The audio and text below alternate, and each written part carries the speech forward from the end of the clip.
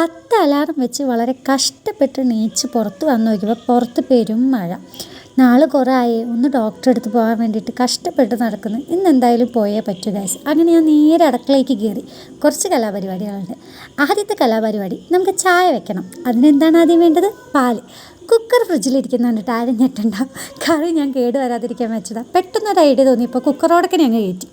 പിന്നെ നമുക്ക് കുക്കറിലെ കറി മാറ്റി കീത്തുമ്പിക്കുള്ള കഞ്ഞി വെക്കണം.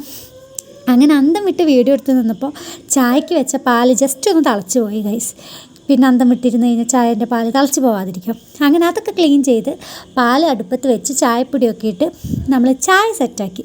ഇനി നമ്മൾ അടുത്ത പരിപാടി കീത്തുമൂക്കുള്ള കഞ്ഞി വെക്കാനാണ്. അതിന് കുക്കറിൽ അരിയിട്ട് കുറച്ച് വെള്ളം ഒഴിച്ചിട്ട് അടുപ്പത്ത് വെച്ചാൽ മതി. കഞ്ഞി റെഡി ആയിക്കോളും. ഇനിയാണ് മെയിൻ പരിപാടി, പല്ല് ഡോക്ടറെയാണ് കാണിക്കാൻ പോകുന്നത്. അതുകൊണ്ട് തന്നെ പല്ല് നന്നായിട്ട് ക്ലീൻ ആയിരിക്കണം. പിന്നെ ഇന്ന് കുളിയില്ല, കുളി വന്നിട്ടേ ഉള്ളൂ. അപ്പോൾ നിങ്ങൾ വിചാരിക്കും പിന്നെ അല്ലെങ്കിൽ ഇപ്പോൾ എന്നും കുളിച്ചിട്ടല്ലേ. ഞാൻ എന്നും കുളിക്കും ഗൈസ്, ഞാൻ ആ കാര്യത്തിൽ ഡീസൻ്റാണ്. അങ്ങനെ ഫേസൊക്കെ വാഷ് ചെയ്തിട്ട് ഇനിയാണ് മെയിൻ മിഷൻ, ഏട്ടനും ഗീത്തുവിനെ എണീപ്പിക്കലും. അത് സക്സസ്ഫുള്ളി ഫെയിൽഡ് ആയിട്ടുണ്ട്. രണ്ടുപേരും കുറച്ച് കഴിയട്ടെ പറഞ്ഞ് കിടക്കണം.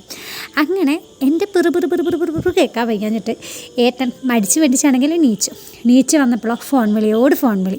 എനിക്കങ്ങനെ തലപ്രാന്തെടുത്ത് തുടങ്ങി. ഏട്ടൻ കേൾക്കണ്ടേ പറഞ്ഞിട്ട്. അങ്ങനെ ലാസ്റ്റ് ഗംഗയിൽ നിന്ന് നാഗവല്ലിയായി തുടങ്ങുന്നുണ്ടെന്ന് കണ്ടപ്പോൾ ഏട്ടൻ വന്നിട്ടൊരു സോപ്പിടലും ഇപ്പം സെറ്റാക്കി തരാം. ആ സെറ്റാക്കി തരാം എന്നുള്ള വാക്കിൽ എനിക്ക് യാതൊരു വിശ്വാസം ഇല്ലാത്തതുകൊണ്ട് ഞാൻ തന്നെ സ്വയം തീരുമാനമെടുത്തു. കീത്തുവിനെയും ഏട്ടനെയും വീട്ടിലാക്കിയിട്ട് ഞാനും ഗീത ചേച്ചിയും കൂടെ ഡോക്ടറെ അടുത്ത് പോയിട്ട് വരാം. അതാണ് എൻ്റെ ആരോഗ്യത്തിന് നല്ലത്. അങ്ങനെ അവർ രണ്ടുപേരും വീട്ടിലാക്കിയിട്ട് ഞാൻ എസ്കേപ്പ് ആയി ഗൈസ്. അപ്പോൾ അത്രയേ ഉള്ളൂ. വീഡിയോ ഇഷ്ടപ്പെട്ട് കഴിഞ്ഞാൽ സപ്പോർട്ട് ചെയ്യാൻ മറക്കരുത്. Love you and by.